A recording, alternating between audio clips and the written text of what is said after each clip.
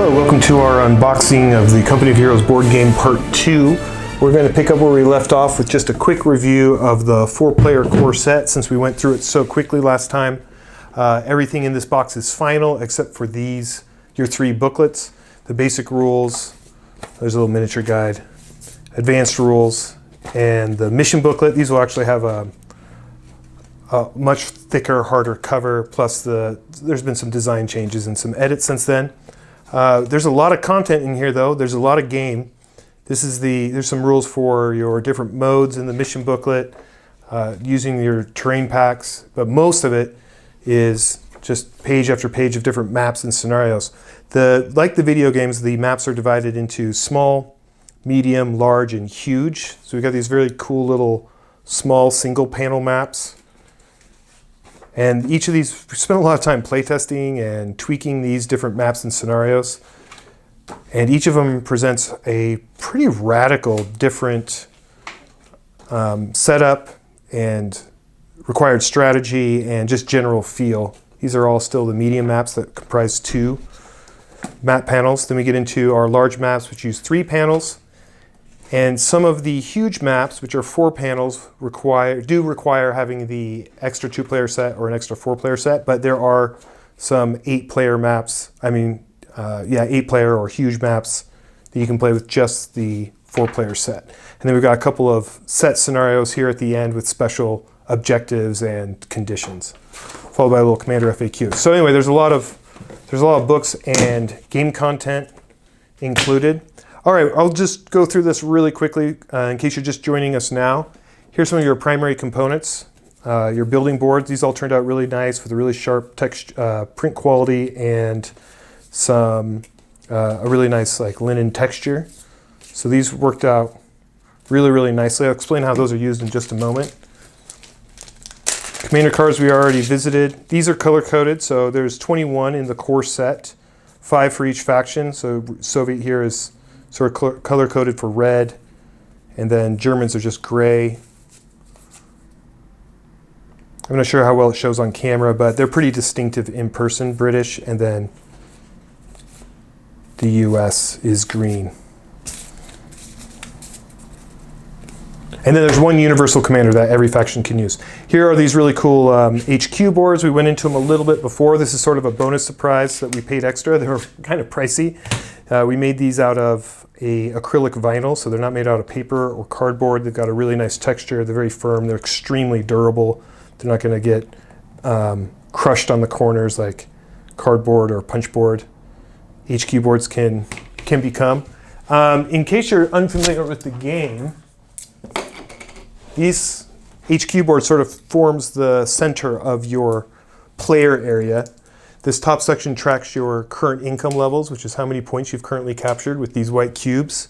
And then you track your stockpiles down here below. And so this is actually how you spend your different resources of manpower, munitions, and fuel by manipulating your cubes. This slot is to slot in your commander card once you choose one and you pay for it. And this levels up over time, and then you track your levels with this little experience track over here, or commander track, and then your experience is collected in this little spot here. So this is nice, this turned out, because there's so much resource generation and tracking, and you're spending and buying and purchasing units, this is the way that the board game organizes all those functions that you see in the video games. And then your building boards, you have 3 building boards to start. Sorry if this is too remedial for most of you, but just in case you're new to the Company of Heroes board game. You start out with 3 buildings, but 2 of them are locked. You basically have to construct them like in the video games. And each building will unlock 3 different units.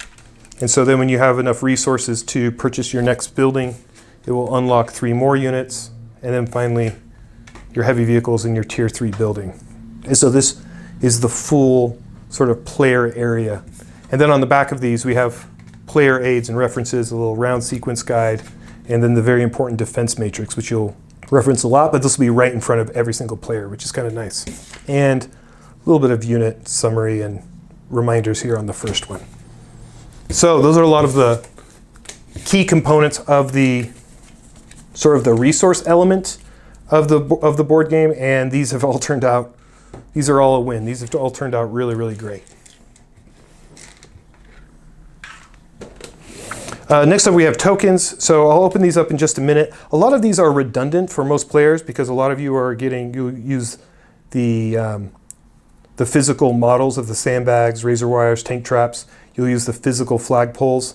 These you may end up using because while all the maps have default resource control points printed right on the map, in order to change maps around and to adjust them, you'll use these tokens, which just slot right into the hex or right into your 3D flag miniatures if you have them. This also has the British emplacements and some MG bunkers, although those aren't used very often as those are just, only a few commanders can build those.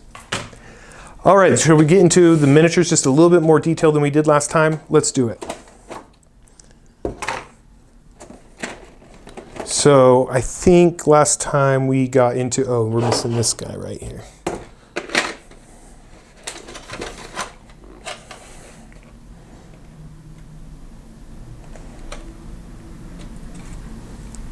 So overall, the detail quality turned out really, really nice. I still think all of these are begging for a little bit of paint. Here is an example of a priest with a single coat of spray paint. But we wanted to have these be in different colors so that you could play it right out of the box without having to use without having to paint them. So you know what is a US vehicle and what is a Soviet vehicle. Anyway, you can see this makes it pop, but this is very serviceable right out of the box. Let's take a look at the infantry, although they're pretty hard to showcase on camera.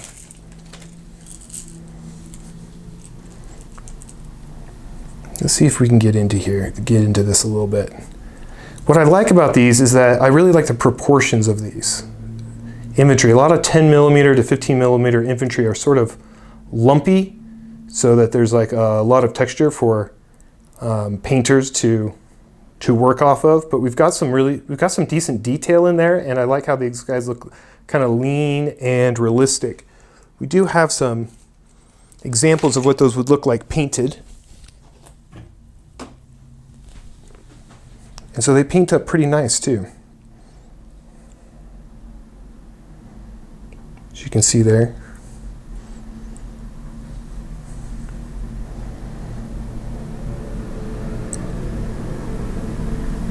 So hopefully you guys are satisfied with those and like those. I think they're going to work really, really well, and they fit into the unit trays, which we'll get into in just a minute, perfectly. Here's British.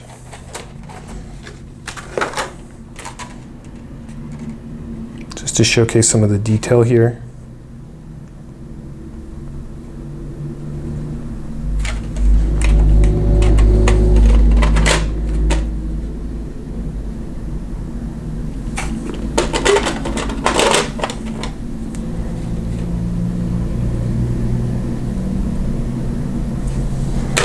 And all our turrets turned out pretty, so there's a chance for the turrets to bend or curve slightly during transit.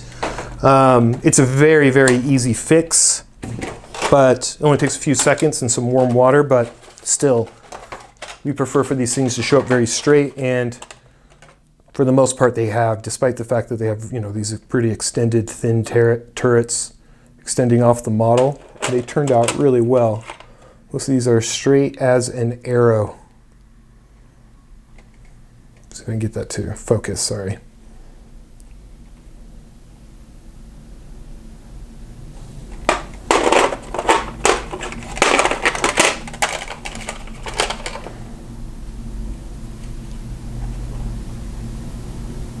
Is it focusing?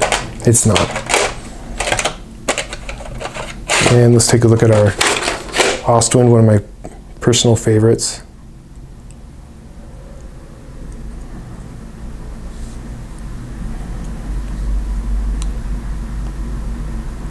I like it.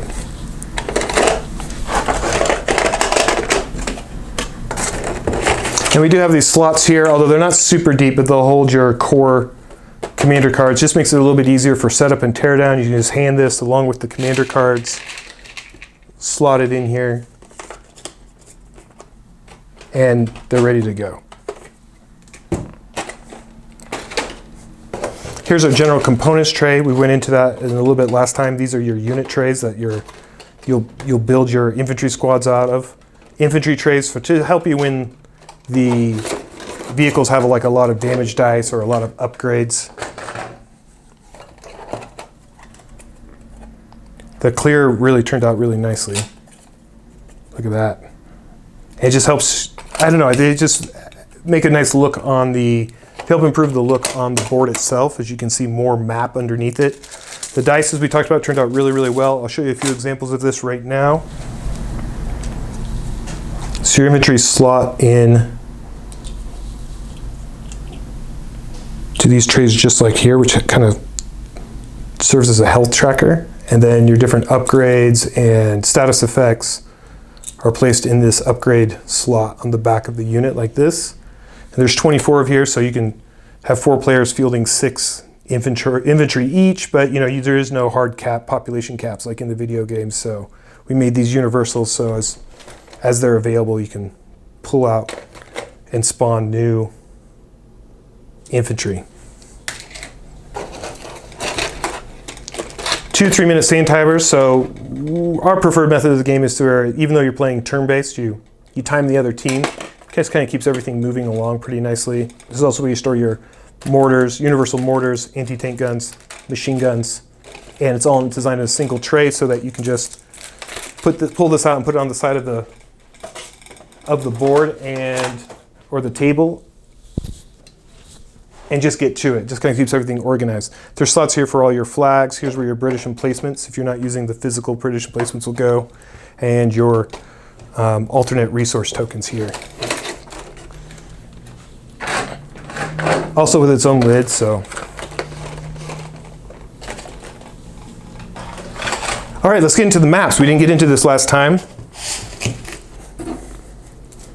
So 4 double-sided map boards come in the 4-player core set. I'll chew this without scraping up the board. These turned out very nice. So the texture on them is really nice. They're extremely thick. They're sturdy. I'd say that these are really top-notch for the industry compared to like boards I get as a consumer. Our Mech Command board was a little funky. It was extremely durable, but it was a little odd because it had covered seams. Anyway, and I don't know if it came across as a really, really high quality map, but this one is going to be really good. It's got a very slight linen texture, but it doesn't really, you can feel it, but you don't really see it. Otherwise, it's primarily a matte board. Let's put this over here.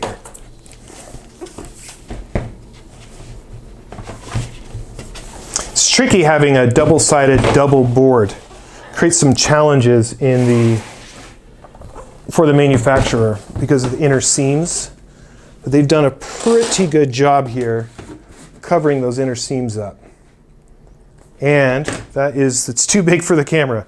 All right, let's see if we can pull this up. All right, so here's our Stalingrad map. So this is the medium-sized Stalingrad map using both panels. And then we'll flip this over to create the monastery map. These maps are interchangeable, so there's a lot of scenarios that will utilize maybe one part of the monastery map and then 2 parts of Stalingrad, etc. Some are visually more seamless than others, but gameplay-wise, we've created a lot of different combinations so you'll be able to use all 4 of these. And then if you're getting the 2-player set or the 4-player set, particularly a 4-player set, if you have 2 Stalingrad maps, we have scenarios that use the entire 4 panels of Stalingrad and other mixes. Let's take a look at 3 Points, our original map, and still probably one of my favorites. Actually, I think it's tough to pick a favorite, actually.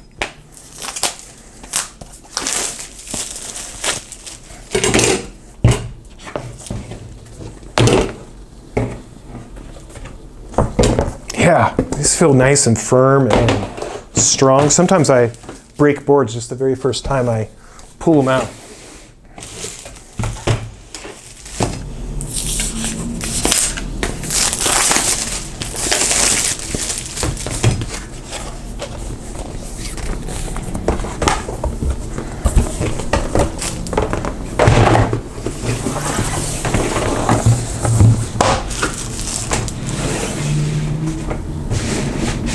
And there's our 3 points.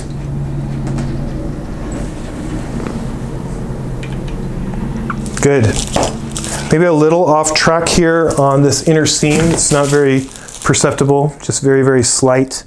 They did a complex sort of wrap around on the inner one so that it wouldn't have like a black line here.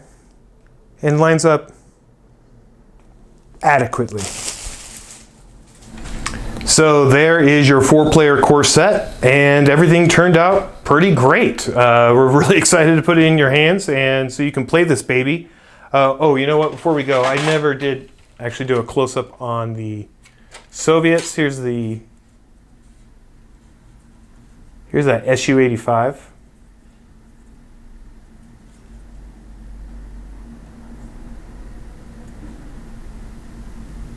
Hopefully that's focusing all right. T-34.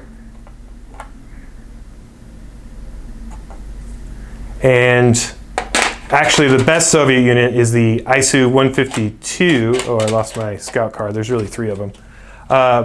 That's found in the Eastern Reinforcements pack, and we'll do that next in the next video.